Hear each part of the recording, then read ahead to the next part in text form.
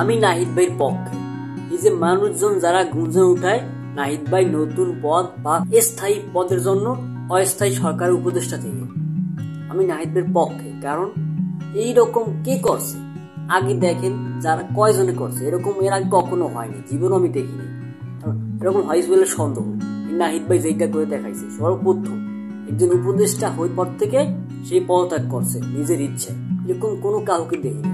আরো পারলে তারা লুটটা বিটটা খাইছে, কিন্তু সে সেটা করে না, ছাই দিছে। আমার জনগণের জন্য লড়তে চায়। নাহিদ ভাই তার সাহস আছে, সে করে দেখাইছে। পারলে আপনি করে দেখেন, আপনি জীবনও পারবেন না, শুধু পারবেন তার পিছে পিছে সমাধান করতে। তাকে সমালোচনা না করে তাকে ধন্যবাদ জানান, সাধুবাদ জানান। সেই কইরা দেখাইছে। অন্য কেউ তো করতে পারলো না। এই যে 15-20 বছর বয়সে কেউ একটাবারও করতে পারলো না যে আমি করে দেখালাম, আমার সাহস আছে। পারলে আপনারা করে দেখেন, এরকম কেউ পারলো না। কিন্তু নাহিদ ভাই প্রথম আমাদের বাংলাদেশে যে একজন ক্ষমতাশীল জায়গা থেকে ছাইড়া দিছে, পদত্যাগ করছে নতুন একটা দল গঠন করার জন্য, সুন্দরভাবে দেশ পরিচালনা করার জন্য, দেশের জনগণের জন্য, দেশের জনগণকে ভালোবেসে, ছাত্রদেরকে ভালোবেসে। ছাত্ররা তাদেরকে ভালো পারবে অবশ্যই।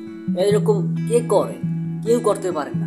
শুধু সবাই টাকা চেনে, সবাই ক্ষমতা চেনে, কিন্তু সেই ক্ষমতা পাইয়াও সেই ক্ষমতা ছাড়াইতেছে, তার বুকে কলিজা আছে। আমি তাকে অসংখ্য অসংখ্য ধন্যবাদ জানাই। এরকম আর কেউকে পাইনি আমি।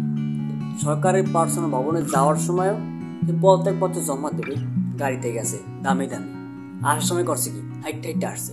কেউ নিজের ইচ্ছা এরকম কিছু করে? তারা তাদের মন বড়, তারা করে দেখাইছে কিভাবে করতে হয়, কিভাবে মন বড় করতে হয়।